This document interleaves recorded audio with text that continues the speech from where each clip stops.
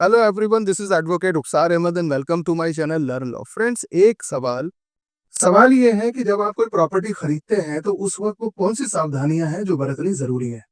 मैंने बहुत सारे लोगों को देखा है जो प्रॉपर्टी परचेज करते हैं और बहुत छोटी छोटी चीजों को नजरअंदाज कर देते हैं, जिसकी वजह से प्रॉपर्टी खरीदने के बाद उन लोगों को उनके डॉक्यूमेंटेशन में परेशानी आती है, पोजीशन में परेशानी आती है, और अगर पोजीशन ले भी लिया है तो फिर वो प्रॉपर्टी हमेशा डिस्प्यूटेड बन जाती है और ऐसी प्रॉपर्टीज को आगे सेल करने में भी दिक्कत आती है।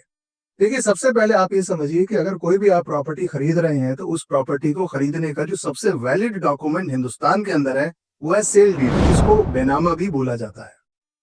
पूरे हिंदुस्तान के अंदर जहां पर भी आप कोई प्रॉपर्टी खरीदना चाह रहे हैं तो ये ध्यान रखिए कि उसकी जो सेलर है उसके पास उसकी सेल डीड जरूर होनी चाहिए।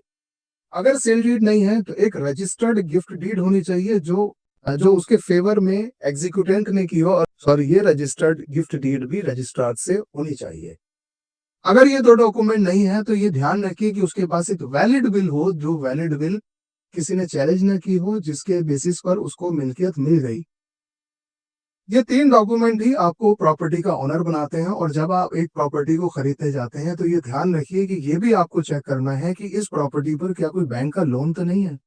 बैंक का लोन आप चेक कर सकते हैं। आप उस व्यक्ति से उस बारे में एक अंडरटेकिंग लें कि इस प्रॉपर्टी पर किसी भी तरह का कोई बैंक का लोन नहीं लिया गया है, प्लस उसको पेपर को कहीं पर मॉर्गेज नहीं किया गया। यानी कि सपोज किसी के पास सेल डीड है, उसने अपनी सेल डीड किसी के पास गिरवी रखी और उसने एक ऑनलाइन एनसीआर करवाने के बाद कचहरी जाकर एक डुप्लीकेट कॉपी उसकी निकलवा ली।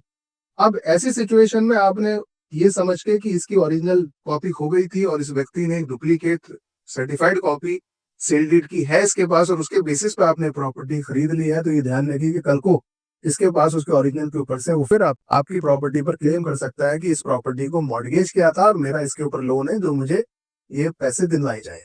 तो बैंक लोन्स या मॉर्गेज लोन्स या किसी भी तरह का लोन अगर प्रॉपर्टी पे लिया गया है तो इसकी आप इंडेमनिटी बॉन्ड उस पर जरूर बनवाइए या उसके अंदर एक इंडेमनिटी का क्लॉज जरूर डलवाइए।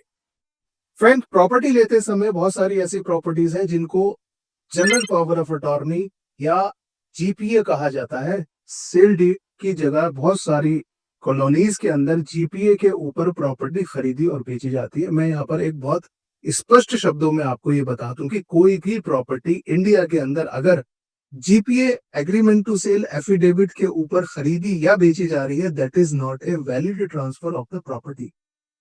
यानी कि इस प्रॉपर्टी को आप जो ट्रांसफर कर रहे हैं, एक उसकी ऑनरशिप एक व्यक्ति से दूसरे व्यक्ति के नाम जो की जा रही है। ऑनरेबल सुप्रीम कोर्ट ने सूरज लैंप वाली जजमेंट के अंदर बहुत स्पष्ट शब्दों में कहा है और कि इस तरह की कोई भी title, ownership title transfer GPA के थ्रू नहीं हो सकता है। और अगर किसी व्यक्ति ने पूरे पैसे देकर जीपीए के थ्रू कोई प्रॉपर्टी खरीद भी ली है तो ये ध्यान रखिए जिस व्यक्ति ने उस प्रॉपर्टी को सेल किया है वो उस जीपीए को कैंसिल भी कर सकता है और आपसे दोबारा उस प्रॉपर्टी का कब्जा भी वापस ले सकता है। तो बहुत सारी जगहों पर जहां पर जीपीए के थ्रू प्रॉपर्टियां खरीदी जा रही हैं, ये ध्यान रखें कि ऐसी प्रॉपर्टी को नहीं खरीदना चाहिए या उन प्रॉपर्टीज की सेल डीड करवानी चाहिए। बहुत सारी ऐसी प्रॉपर्टीज ऐसी भी हैं जिनकी चेन आपको चेक करनी जरूरी है कि ये चेन कैसी है। यानी कि सेल डीड से पहले कौन से डॉक्यूमेंट बने हुए थे, या इसकी जो ओरिजिन ऑफ द प्रॉपर्टी है यानी कि इसका फर्स्ट ऑनर कौन था। कुछ ऐसे भी प्रॉपर्टीज हैं जहां पर खसरा और खतौनी है, सरकार के रेवेन्यू रिकॉर्ड्स के रजिस्टर में उनके नाम है। तो ये जरूर चेक करिए कि क्या इनके रिकॉर्ड सरकार के रजिस्टर में है या नहीं है, ताकि आपकी कंप्लीट चेन आपके पास बनकर आ जाए। फ्रेंड, ये वो कुछ सावधानियां हैं जो आपको बरतनी जरूरी हैं। और इसके अलावा एक और चीज मैं आपको बता दूं कि जब भी आप कभी कोई प्रॉपर्टी खरीदते हैं तो उसका कुछ % टैक्स आपको सरकार को देना होता है। कोई भी प्रॉपर्टी 500,000 रुपए की जीपीए पर न खरीदी जाती है न बेची जाती है। 6%, 7%, 8% तक का टैक्स आपको सरकार को देना होता है, जो कि मैंडेटरी है। आई होप आपको ये कुछ सावधानियां समझ में आई होंगी। इसके बावजूद भी कोई ऐसा क्वेश्चन है आपकी अपनी प्रॉपर्टी से रिलेटेड जो आप मुझसे पूछना चाहते हैं, आप मुझे इनबॉक्स में लिखिए, जिसका मैं आपको टाइमली रिप्लाई करने की कोशिश करूंगा। लास्ट में मेरी आपसे रिक्वेस्ट है कि अगर आपको मेरी वीडियो अच्छी लगी हो तो प्लीज लाइक शेयर सब्सक्राइब करें। Thank you.